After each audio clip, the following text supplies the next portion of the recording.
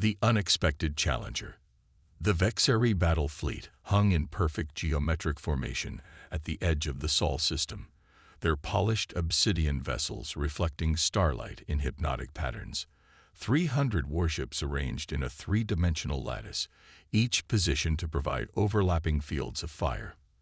At the center of this lethal constellation loomed the Subjugator, a dreadnought that stretched nearly 5 kilometers from bow to stern, larger than many Earth cities. Grand Marshal Korax stood on the command deck, his 4 eyes scanning the tactical display with satisfaction. His chitinous exoskeleton gleamed under the ambient lighting, the iridescent plates shifting from deep purple to midnight blue as he moved. The Marshal had conquered 17 star systems in his career, yet this campaign promised to be disappointingly simple. Scans confirm, Grand Marshal reported Sub-Commander Vextai, her mandibles clicking in a rhythm that indicated respect. The humans possess no unified defense grid. Their military vessels use primitive reaction drives. Their weapons are kinetic and nuclear, nothing that can penetrate our shields. Korax's upper appendages flexed in what passed for amusement among the Vexeri, and their response to our arrival. Chaotic, as expected. Their governing bodies argue while their populations panic. Some nations prepare to surrender, others threaten resistance. They have no cohesive strategy. Predictable, Korax rumbled. Broadcast the ultimatum again. Complete submission within 1 planetary rotation, or we demonstrate our power on their largest population center. By your command, Grand Marshal. On Earth, the United Nations Security Council chamber had devolved into barely controlled chaos. Representatives from nearly every nation shouted over one another, their faces displaying the full spectrum of human emotion. Fear, anger, resignation, defiance.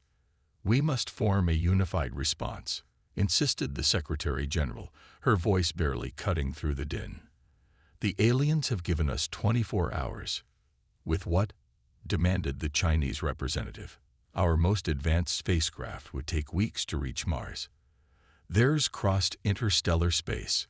The Russian delegate slammed his fist on the table. We still have nuclear weapons. If they approach Earth, their position beyond lunar orbit, interrupted the American ambassador. Our missiles would never reach them, and their ultimatum specifically mentioned demonstration strikes if we show aggression. In a secure facility beneath the Rocky Mountains, Captain Maya Chen watched the diplomatic disaster unfold on a monitor, her expression grim but focused. At 34, she had the bearing of someone who had faced impossible odds before and found a way through. Her close-cropped black hair framed sharp features and penetrating dark eyes that missed nothing. They've stopped broadcasting the Security Council meeting, reported Lieutenant Raj Patel, her communications officer. Probably for the best, Chen replied, turning to face the assembled crew in the briefing room. 12 men and women, engineers, scientists, and soldiers, selected from space agencies and military forces worldwide. The best Earth had to offer, though few outside this room knew they existed.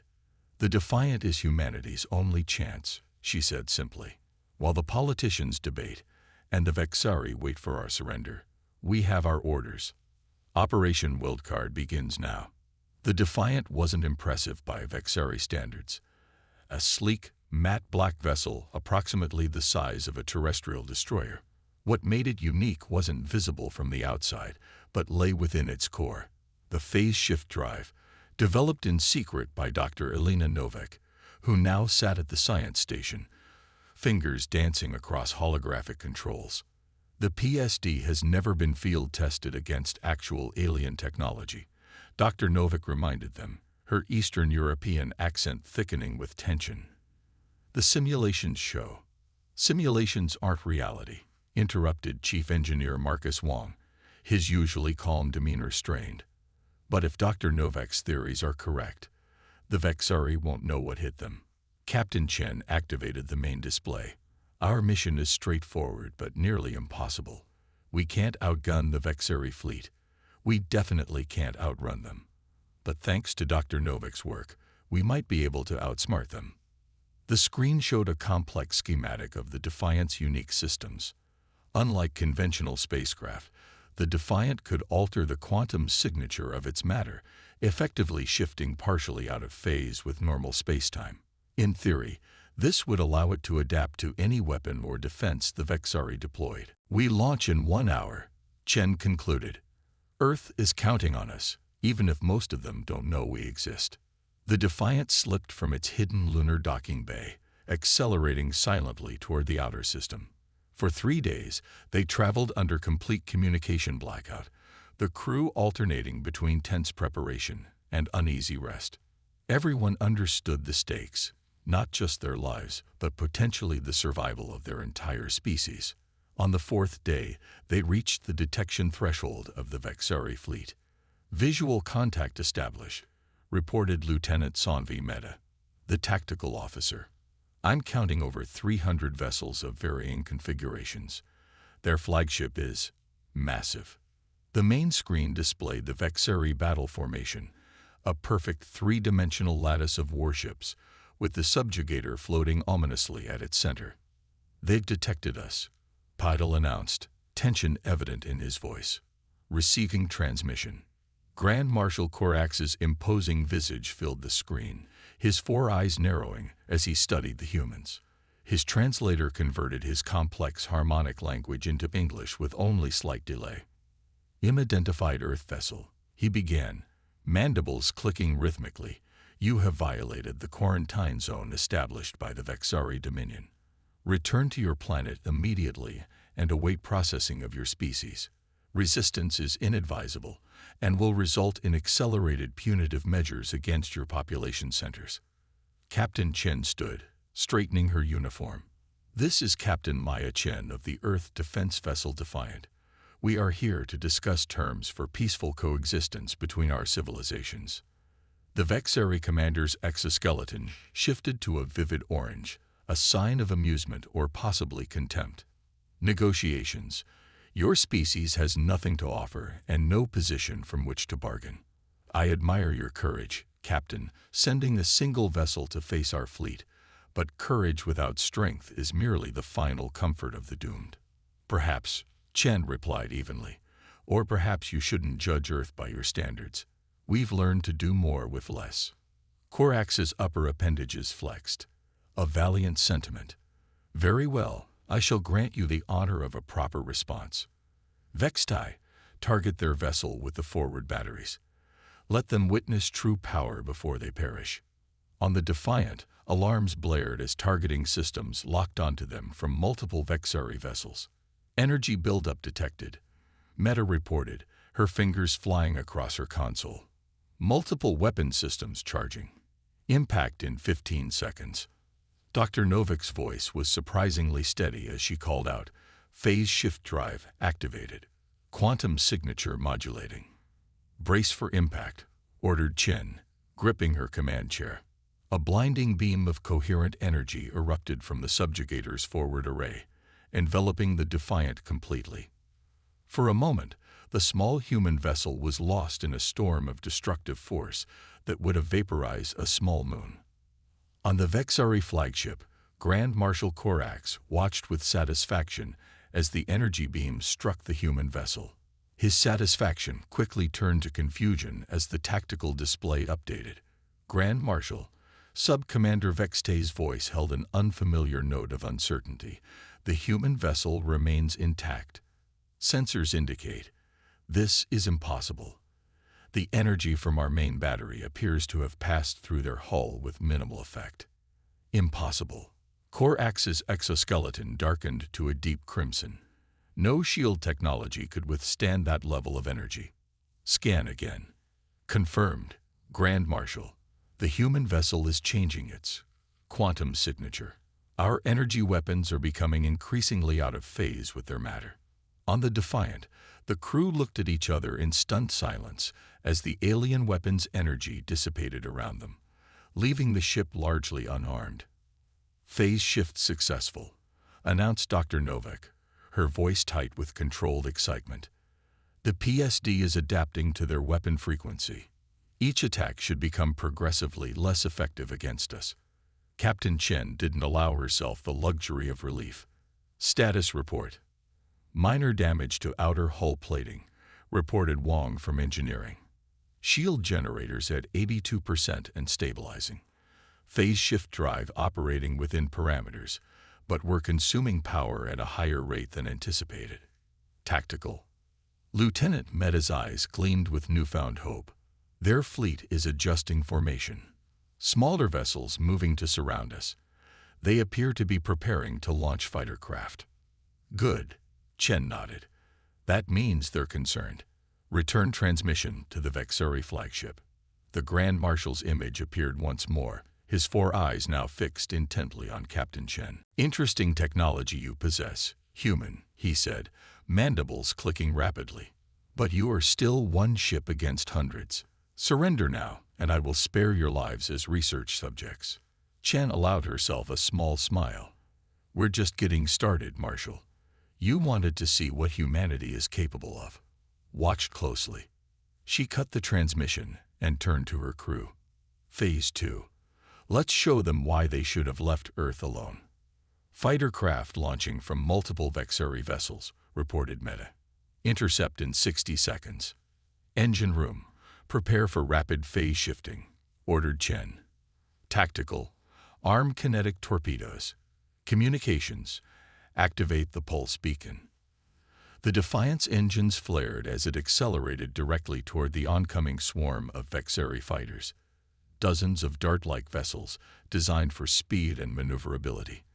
On the surface, it appeared to be a suicidal charge.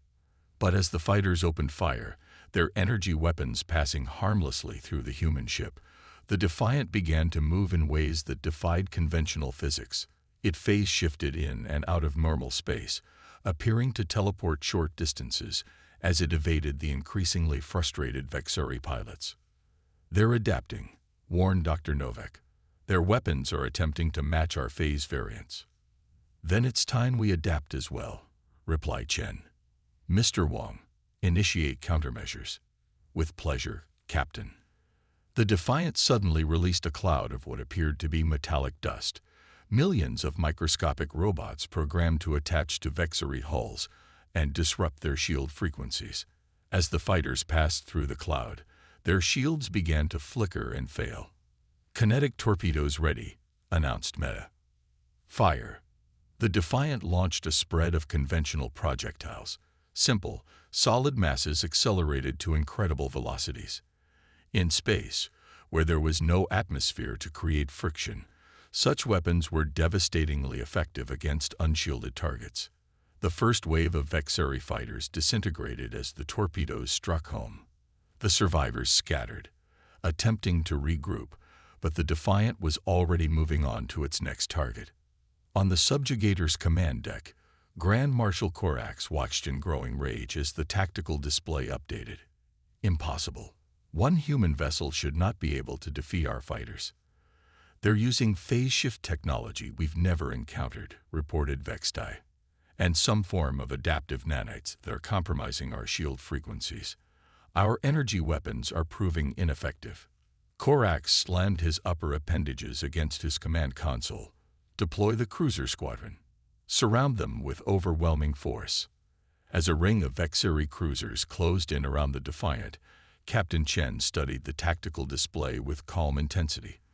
Phase 1 had succeeded beyond their expectations, but the real test was yet to come. All hands, she announced, prepare for Phase 3. Let's show these aliens what humanity does best, surviving against impossible odds. The Reckoning. The Vexeri cruiser squadron closed in on the Defiant like a noose tightening around a condemned prisoner's neck. 12 vessels, each nearly 10 times the size of the human ship, arranged in a spherical formation that left no apparent escape route. Energy weapons charged as targeting systems locked onto the lone Earth vessel. They're adapting their weapons to counter our phase shift, reported Dr. Novak, her fingers dancing across her console with practiced precision. I estimate we have 3 minutes before they can match our quantum signature. Captain Chen nodded, her calm demeanor betraying none of the tension coursing through her. That's all we need. Status on the pulse beacon. Signal transmitted and acknowledged. Confirmed, Lieutenant Pottle. Earth received our data package. Good. Then, regardless of what happens next, we've succeeded in our primary mission. Chen allowed herself a brief moment of satisfaction before returning to the task at hand. Tactical. Prepare for multi-vector assault. Mr. Wong. Ready the key mines. Aye, Captain, responded the chief engineer. Q mines primed and ready for deployment. On the subjugator, Grand Marshal Korax watched with mounting frustration as the human vessel continued to evade destruction. His exoskeleton had darkened to a deep crimson, a sign of rage among his species. Status of the cruiser squadron, he demanded. Moving into final position, reported Sub-Commander Vextai. Weapons calibrated to match the human vessel's phase variance. They will fire simultaneously from all vectors in 30 seconds. Excellent. No technology can withstand such concentrated fire, no matter how advanced. These humans will learn the price of defiance. The tactical display updated as the cruiser squadron completed its encirclement of the Defiant. Energy readings spiked as weapon systems reached full charge. 12 beams of devastating energy converged on the position of the human vessel, creating a miniature star of pure destructive force. For several seconds, the Defiant was completely obscured by the blinding light. Direct hit confirmed, reported Vextai, her mandibles clicking in satisfaction. No vessel could survive. Her report was cut short as the tactical display flickered and updated. Where there should have been debris, the Defiant remained intact, surrounded by a strange distortion field that had absorbed much of the energy directed at it. Impossible. Korax's upper appendages thrashed in agitation. What is this technology? Before Vextai could respond, multiple explosions erupted throughout the cruiser squadron. Small objects, barely visible on sensors, had attached themselves to the Vexeri vessel's hulls moments before detonating. Q mines successfully deployed, reported Lieutenant Meta on the Defiant. 11 of 12 cruisers experiencing critical systems failures. Their quantum fields are destabilizing. The Q mines, another of Dr. Novak's innovations, were designed to disrupt the quantum field generators that powered Vexeri technology. Unlike conventional explosives, they attacked the very fabric of space-time surrounding their targets, creating localized distortions that played havoc with advanced energy systems. The cruisers are breaking formation, Meta continued. Their weapon systems are offline. Captain Chen nodded. Now for the real demonstration. Target the remaining operational cruiser. Kinetic artillery, full spread. Targeting the cruiser's propulsion systems, confirmed Meta. Kinetic artillery armed and ready. The Defiant's main weapon system was deceptively simple, electromagnetically accelerated projectiles, not unlike the railguns used by Earth militaries for centuries, but refined to unprecedented levels of efficiency. They required no exotic energy sources or complex targeting systems, just basic physics applied with extreme precision. Fire. A barrage of tungsten rods, each no larger than a human forearm, erupted from the Defiant's forward ports. Accelerated to a significant fraction of light speed, the projectiles carried kinetic energy that no shield system could fully dissipate. They tore through the remaining cruiser's defenses like paper, shredding its engines and weapon systems. On the subjugator, Grand Marshal Korax watched in disbelief as his cruiser squadron, vessels that had conquered entire planetary systems, fell to a single human ship using what appeared to be absurdly primitive weapons. This is not possible, he hissed, his exoskeleton now a mottled pattern of crimson and black. Their technology is inferior. Their species is divided. How can they possibly? Grand Marshal, interrupted Vextai, her voice unnaturally subdued. I'm detecting energy surges throughout the fleet. More of those quantum devices are appearing on our vessel's hulls. They're everywhere. While the Vexeri have been focused on the Defiant, thousands of small drones, launched during the initial confrontation, had been systematically attaching Q-mines to ships throughout the fleet. Each drone was barely larger than an insect, designed by Earth's best engineers to exploit the blind spots in Vexeri sensor systems. "How did they deploy so many?" demanded Corax. "Our sensors would have detected launch signatures." They didn't launch them all from the vessel," realized Vextai, her mandibles clicking rapidly in distress. "The first wave of drones has been manufacturing more using materials harvested from our own hulls. They're self-replicating." It was humanity's greatest strength turned into a weapon, the ability to improvise, to use limited resources in innovative ways. While the Vexeri had expected a direct confrontation of firepower against firepower, the humans had instead applied principles of guerrilla warfare to space combat. "Grand Marshal," Vextai continued, "the human vessel is approaching the subjugator directly. They've deployed some kind of signal beacon." On the Defiance bridge, Captain Chen watched as the massive Vexeri flagship grew larger on the view screen. Around it, confusion reigned as Vexeri vessels struggled to maintain systems integrity while being overwhelmed by the rapidly multiplying Q-mines. "We've opened a path straight to their command vessel," reported Meta. "The fleet is too disorganized to intercept us." "Perfect," Chen replied. "Dr. Novak, status of the quantum disruption field." "Generator at full capacity," the scientist confirmed. "One shot, as planned." Chen nodded. "Take us in." Maximum thrust. The Defiant accelerated toward the subjugator, weaving through disabled Vexeri vessels. On the flagship's command deck, Grand Marshal Corax finally recognized the true danger. "They're on a collision course. All batteries, fire. Stop that vessel at all costs." Energy weapons lashed out at the approaching human ship, but the Defiant's phase shift technology rendered most ineffective. What damage they did sustain was not enough to slow their advance. "Impact in 30 seconds, announced Meta, her voice tense but controlled. "Arm the Ki-D torpedo," ordered Chen.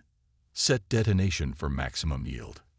A single torpedo, the culmination of Dr. Novak's research, was loaded into the Defiant's forward tube.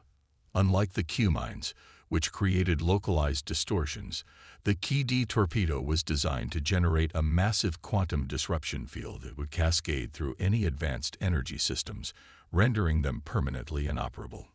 20 seconds to optimal firing range, reported Meta. On the subjugator, panic had replaced discipline. "Evasive maneuvers," ordered Corax. "Divert all power to forward shields."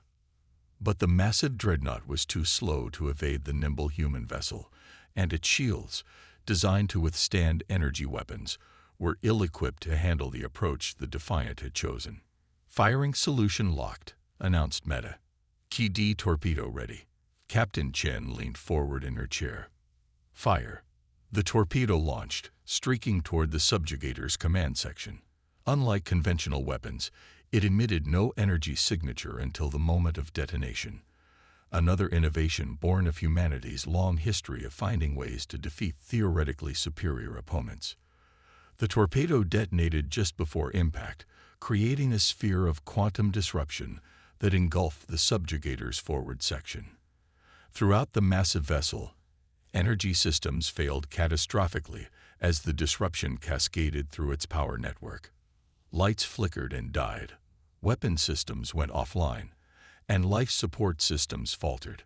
On the command deck, Grand Marshal Corax watched in horror as his displays went dark one by one. Emergency lighting cast an eerie glow over the scene as the once mighty vessel drifted powerless through space. "What have they done?" he whispered. "All major systems are offline," reported Vextai, her voice quavering. "Quantum field generators destroyed. We cannot restore power." The rest of the fleet, those affected by the Q-mines, are in similar condition. Nearly 80% of our vessels are disabled or severely compromised. For the first time in his long career of conquest, Grand Marshal Corax knew the taste of defeat. Open a channel to the human vessel. Use emergency power. On the Defiant, Captain Chen received the incoming transmission with calm satisfaction. On screen, Corax's image appeared, the usual crispness of Vexari holography replaced by a flickering, unstable projection. "Captain Chen," he began, his translator struggling to maintain functionality. "You have achieved what no species has done in 5 centuries of Vexari expansion. You have defeated a superior force with inferior resources." "Not inferior," Chen corrected. "Different.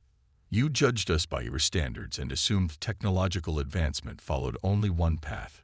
Yours. That was your mistake." Indeed.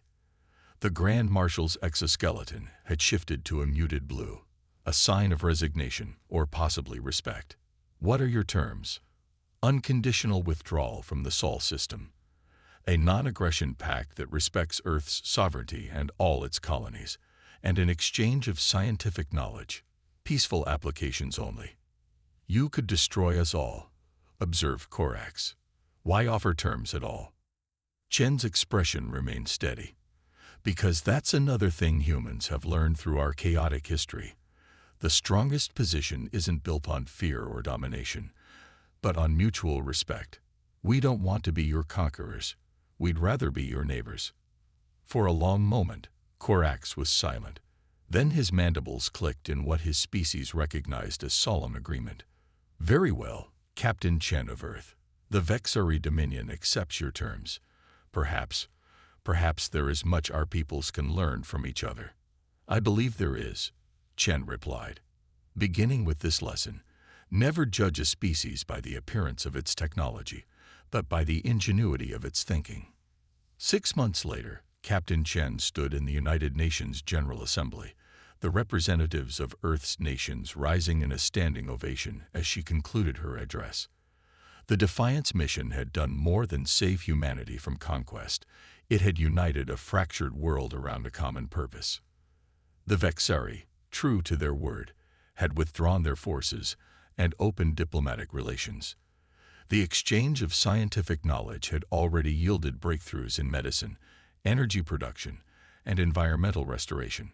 Earth's first official embassy to an alien civilization would launch the following month, with Dr. Novak serving as chief scientific liaison. As Chen left the podium, she caught sight of her crew seated in the gallery. Wang, Novak, Mehta, Patel, and the others who had risked everything on what had seemed an impossible mission. They had proved that humanity's greatest strength wasn't in overwhelming force or technological superiority, but in its ability to adapt, to think differently, to find solutions where none seemed possible. Outside the UN building, construction had begun on a monument, not to victory in war, but to first contact and the beginning of Earth's new role in a wider galactic community. At its center would stand a replica of the Defiant, a single small ship that had changed the course of human history. Captain Chen smiled as she joined her crew. Their mission was complete, but humanity's journey was just beginning.